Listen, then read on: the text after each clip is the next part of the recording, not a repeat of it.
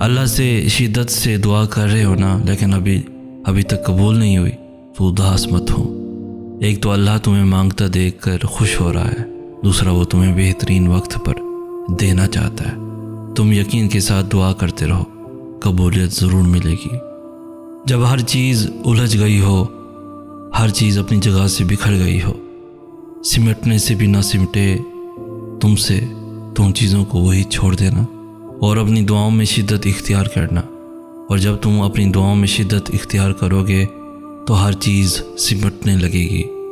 وہ چیز بکھرنے کے لیے آئی ہی اس وجہ سے تھی کہ تم اس الجھن میں رب سے دعا کا رشتہ بنو۔ ایسا نہیں ہے کہ کچھ بھی حالات بگڑنے پر ہم وقت کے گزرنے کا بیٹھ کر انتظار کریں۔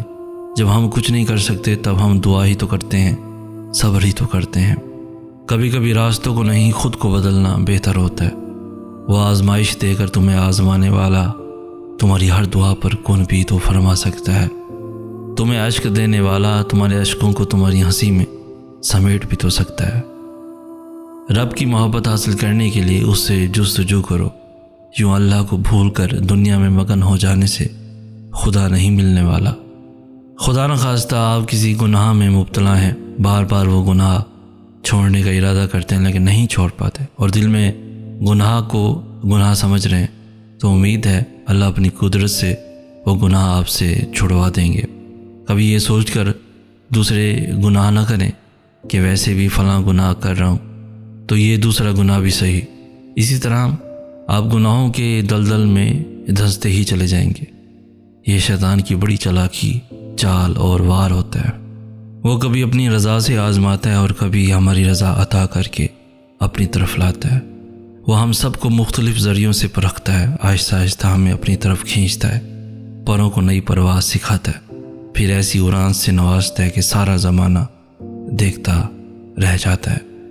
جب تکلیفیں حد سے زیادہ بڑھنے لگ جائیں تو جان لینا بہت قریب ہے اللہ کی مدد۔ جب سہنے کی ہمت بالکل ختم ہو جائے تو جان لینا انعام ملنے کا وقت آن پہنچا ہے۔ ہم جیسے سب سے زیادہ برا محسوس صرف اپنی آنکھوں کی وجہ سے کرتے ہیں۔ جب خود کو دلاسا دے کر حالات کا مقابلہ کرنے کے لیے تیار کرتے ہیں، خود کو مضبوطی سے جوڑ لیتے ہیں، وقت آتے ہی یہ چھلک پڑتی ہیں۔ آنسو ہیں کہ جیسے انتظار کرتے ہیں کہ ہم لوگوں کے سامنے کمزور پڑ جائیں، کب پڑ جائیں۔ اور بس کہنا تھا کہ شاید کبھی ایسا بھی ہو کہ تم اپنی زندگی کا سب سے حسین آسمان ایک غمگین شام میں دیکھو، خوبصورت برسات آنسوؤں میں گزارو، زخمی دل سے پھولوں کو چھو اور ٹوٹے دل سے محبت کرو۔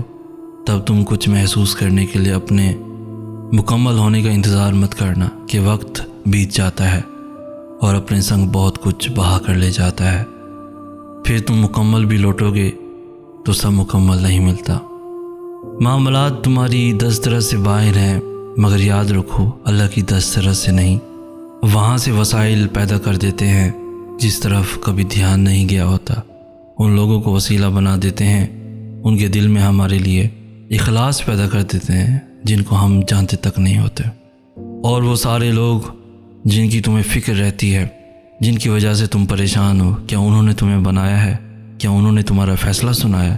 کیا اللہ نے ان سے تمہارے لیے مشورہ مانگ رہے ہیں؟ تو بس پریشان مت ہوا کرو۔ مسئلہ نصیب کا حل دعا ہے، سمجھ آیا تہجد کی نماز ادا کر کے۔ ہاں وہ تمہیں قلیل مشکلات سے ضرور گزارے گا تاکہ تم طویل سجدوں کے لطف سے آگاہ ہو سکو، اور دیکھو وہ تمہیں دکھوں سے بھی اس لیے گزارتا ہے تاکہ تم سکھوں کی اصل قدر و قیمت جان سکو۔ جس نے کوشش کی، اللہ سے مدد طلب کی اور استغفار کو لازم پکڑا تو اللہ عز و جل لازماً اسے اپنے فضل سے اس قدر نوازے گا کہ اس کے خواب و خیال میں بھی نہ ہوگا۔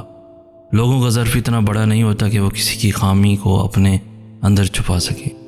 ہم دنیا کی اس دور سے تعلق رکھتے ہیں جہاں لوگوں کو ہماری تکلیف سے بس اتنی سی دیر کی وابستگی ہوتی ہے جب تک انہیں وقت گزاری کا دوسرا کوئی سامان نہیں ملتا، اور آخر میں ہم ہوتے ہیں ہماری تکلیف اور اللہ۔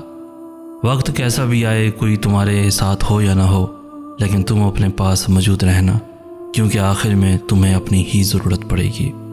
اور تم یہ بھی جان لو کہ محبت کرنے والے کو بھی چھوڑ کر نہیں جاتے، بلکہ وہ تو ہاتھ زور سے تھامے رکھتے ہیں، اور جو چھوڑ کر چلے جاتے ہیں وہ لوٹ کر نہیں آتے۔ بس یہ دو ایسی حقیقتیں ہیں جن کو دلائل کی ضرورت نہیں۔ پہلی حقیقت تو انسان مسکرا کر مان لیتا ہے، لیکن دوسری حقیقت پہ وہ دلائل مانگنے لگتا ہے۔ تمہیں اپنی شخصیت دوسروں کے لیے بہتر اور اعلیٰ بنا کر پیش کرنے کی ضرورت نہیں۔ جو ہمیں نہیں جانتے ان کے لیے ہم سب ایک عام انسان ہیں، جو ہمیں جانتے ہیں ان کو ہم اچھے دکھتے ہیں۔ اپنے حاسدوں کی نظر میں ہم سب مغرور انسان ہیں، جبکہ جو ہم سے محبت کرتے ہیں ان کے لیے ہم حیرت انگیز ہیں۔ آئے میرے اللہ، جو چیز میرے مقدر میں نہیں اس میں مجھے مبتلا نہ کر، اور جو چیز میرے مقدر میں ہے اسے میرے لیے بہتر اور آسان فرما دے۔ آمین یا رب العالمین۔ آسمانوں کا رب اپنے بندوں کو مایوس نہیں لٹایا کرتا، پھر وہ تمہاری ان ماضی کی دعاؤں کو تمہارے حال کی دعاؤں کی قبولیت کا وسیلہ بنا دیتا ہے اور تمہیں نواز دیتا ہے۔ تو اگر کبھی زندگی میں گرتے گرتے سنبھل جاؤ، یا اگر کوئی ایسی چیز مل جائے جس کا ملنا تمہیں ناممکن لگتا تھا، اور یاد رکھنا کہ یہ تمہاری انہی دعاؤں کا صلہ ہے جو تم کبھی اللہ سے گر گرا کر مانگا کرتے تھے۔ خوش نصیب ہو تم کہ اللہ نے تمہیں ایک نیا دن عطا کیا، ایک اور نئی مہلت دی اسے منانے کی، ورنہ سب پہ وہ یوں مہربان نہیں ہوتا۔ اللہ یقین اور آزمائش کے لیے بس اپنے خاص بندوں کو چنتا ہے، اور جنہیں چن لیتا ہے وہ اللہ کے انتخاب پہ راضی ہو جاتے ہیں۔ وہ جو رب ذوالجلال ہے وہ آپ کی بناوٹوں سے بھی واقف ہے اور ندامتوں سے بھی۔